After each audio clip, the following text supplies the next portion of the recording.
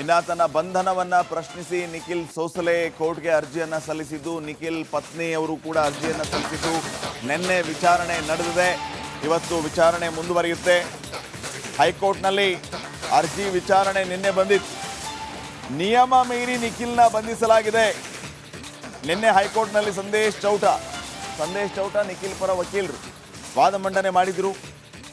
ಇವತ್ತು ಕೂಡ ಹೈಕೋರ್ಟ್ನಲ್ಲಿ ಅರ್ಜಿ ವಿಚಾರಣೆ ನಡೆಯುತ್ತೆ 10:00ವರೆಗೆ. ಏನಾಗಬಹುದು ಅನ್ನೋದು ಸದ್ಯಕ್ಕಿನ ಪ್ರಶ್ನೆ ಆಗಿದೆ.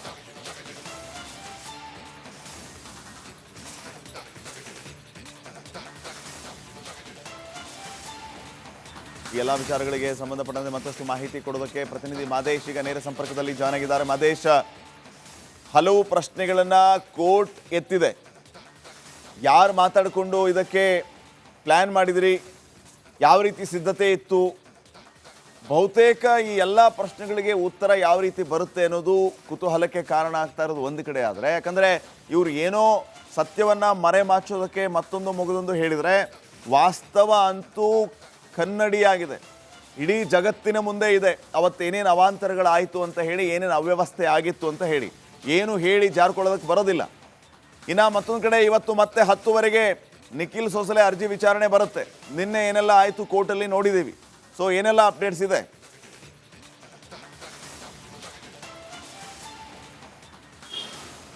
ಶ್ರೀಪಾದ್, ಖಂಡಿತವಾಗ್ಲೂ ಕೂಡ ಈ ಒಂದು ಘಟನೆಯ ವಿಚಾರವಾಗಿ ಹೈಕೋರ್ಟ್ ಇಷ್ಟು ಗಂಭೀರವಾಗಿ ಪರಿಗಣಿಸಿದ್ದಕ್ಕೇನೆ ಇದೆಲ್ಲ ಡೆವಲಪ್ಮೆಂಟ್ಗಳು ಕೂಡ ಆಯಿತು.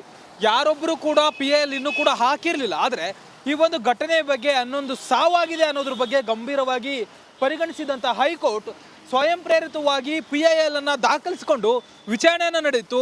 ಅವತ್ತೇ ಅಂದರೆ ಘಟನೆ ನಡೆದ ಮರುದಿನವೇ ಈ ಒಂದು ಪ್ರಕರಣಕ್ಕೆ ಸಂಬಂಧಪಟ್ಟಂತೆ ಹೈಕೋರ್ಟ್ ಸ್ವತಃ ವಿಚಾರಣೆ ಮಾಡಿತು.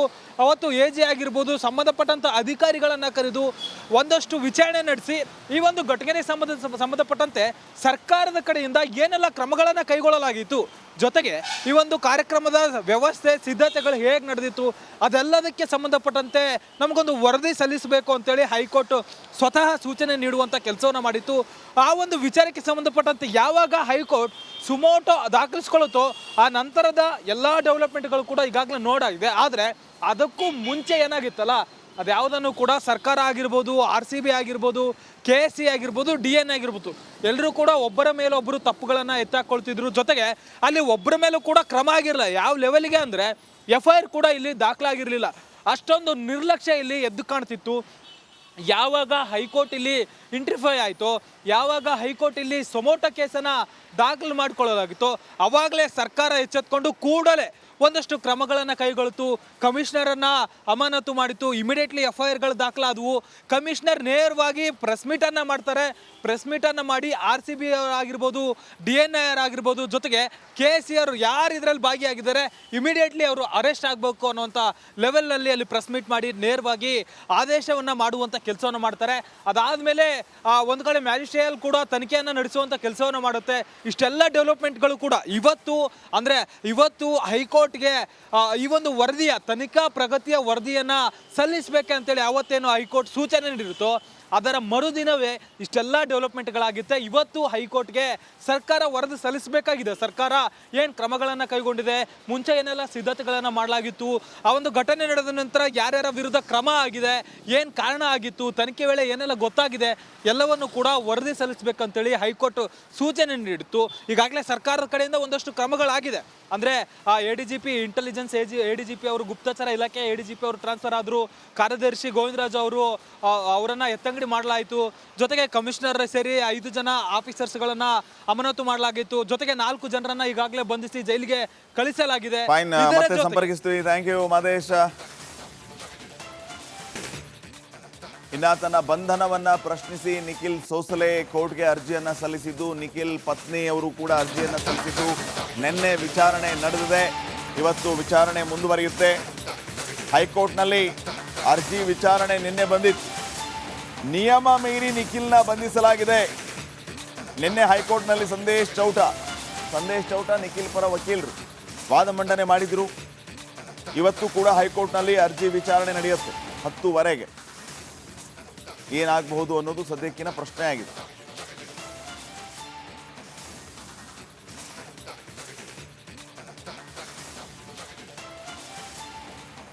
ಈ ಎಲ್ಲ ವಿಚಾರಗಳಿಗೆ ಸಂಬಂಧಪಟ್ಟಂತೆ ಮತ್ತಷ್ಟು ಮಾಹಿತಿ ಕೊಡೋದಕ್ಕೆ ಪ್ರತಿನಿಧಿ ಮಾದೇಶ್ ಈಗ ನೇರ ಸಂಪರ್ಕದಲ್ಲಿ ಜಾಯ್ನ್ ಆಗಿದ್ದಾರೆ. ಮಾದೇಶ್, ಹಲವು ಪ್ರಶ್ನೆಗಳನ್ನ ಕೋರ್ಟ್ ಎತ್ತಿದೆ.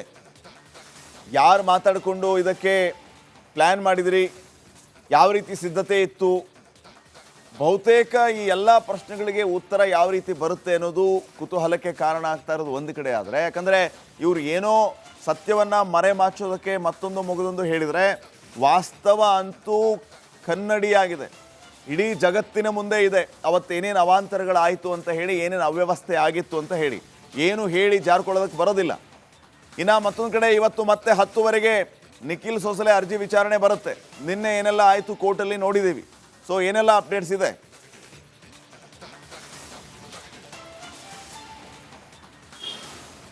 ಶ್ರೀಪಾದ್, ಖಂಡಿತವಾಗ್ಲೂ ಕೂಡ ಈ ಒಂದು ಘಟನೆಯ ವಿಚಾರವಾಗಿ ಹೈಕೋರ್ಟ್ ಇಷ್ಟು ಗಂಭೀರವಾಗಿ ಪರಿಗಣಿಸಿದ್ದಕ್ಕೇನೆ ಇದೆಲ್ಲ ಡೆವಲಪ್ಮೆಂಟ್ಗಳು ಕೂಡ ಆಯಿತು.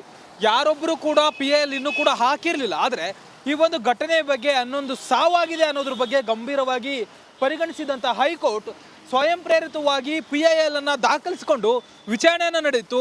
ಅವತ್ತೇ ಅಂದರೆ ಘಟನೆ ನಡೆದ ಮರುದಿನವೇ ಈ ಒಂದು ಪ್ರಕರಣಕ್ಕೆ ಸಂಬಂಧಪಟ್ಟಂತೆ ಹೈಕೋರ್ಟ್ ಸ್ವತಃ ವಿಚಾರಣೆ ಮಾಡಿತು. ಅವತ್ತು AG ಆಗಿರ್ಬೋದು, ಸಂಬಂಧಪಟ್ಟಂಥ ಅಧಿಕಾರಿಗಳನ್ನು ಕರೆದು ಒಂದಷ್ಟು ವಿಚಾರಣೆ ನಡೆಸಿ ಈ ಒಂದು ಘಟನೆಗೆ ಸಂಬಂಧಪಟ್ಟಂತೆ ಸರ್ಕಾರದ ಕಡೆಯಿಂದ ಏನೆಲ್ಲ ಕ್ರಮಗಳನ್ನು ಕೈಗೊಳ್ಳಲಾಗಿತ್ತು, ಜೊತೆಗೆ ಈ ಒಂದು ಕಾರ್ಯಕ್ರಮದ ವ್ಯವಸ್ಥೆ ಸಿದ್ಧತೆಗಳು ಹೇಗೆ ನಡೆದಿತ್ತು ಅದೆಲ್ಲದಕ್ಕೆ ಸಂಬಂಧಪಟ್ಟಂತೆ ನಮಗೊಂದು ವರದಿ ಸಲ್ಲಿಸಬೇಕು ಅಂತೇಳಿ ಹೈಕೋರ್ಟ್ ಸ್ವತಃ ಸೂಚನೆ ನೀಡುವಂಥ ಕೆಲಸವನ್ನು ಮಾಡಿತ್ತು. ಆ ಒಂದು ವಿಚಾರಕ್ಕೆ ಸಂಬಂಧಪಟ್ಟಂತೆ ಯಾವಾಗ ಹೈಕೋರ್ಟ್ ಸುಮೋಟೋ ದಾಖಲಿಸ್ಕೊಳ್ಳುತ್ತೋ ಆ ನಂತರದ ಎಲ್ಲ ಡೆವಲಪ್ಮೆಂಟ್ಗಳು ಕೂಡ ಈಗಾಗಲೇ ನೋಡಾಗಿದೆ. ಆದರೆ ಅದಕ್ಕೂ ಮುಂಚೆ ಏನಾಗಿತ್ತಲ್ಲ, ಅದ್ಯಾವುದನ್ನು ಕೂಡ ಸರ್ಕಾರ ಆಗಿರ್ಬೋದು, RCB ಆಗಿರ್ಬೋದು, KSC ಆಗಿರ್ಬೋದು, DNA ಆಗಿರ್ಬೋದು, ಎಲ್ಲರೂ ಕೂಡ ಒಬ್ಬರ ಮೇಲೆ ಒಬ್ಬರು ತಪ್ಪುಗಳನ್ನು ಎತ್ತಾಕೊಳ್ತಿದ್ರು. ಜೊತೆಗೆ ಅಲ್ಲಿ ಒಬ್ಬರ ಮೇಲೂ ಕೂಡ ಕ್ರಮ ಆಗಿರಲಿಲ್ಲ. ಯಾವ ಲೆವೆಲ್ಗೆ ಅಂದರೆ FIR ಕೂಡ ಇಲ್ಲಿ ದಾಖಲಾಗಿರಲಿಲ್ಲ. ಅಷ್ಟೊಂದು ನಿರ್ಲಕ್ಷ್ಯ ಇಲ್ಲಿ ಎದ್ದು ಕಾಣ್ತಿತ್ತು.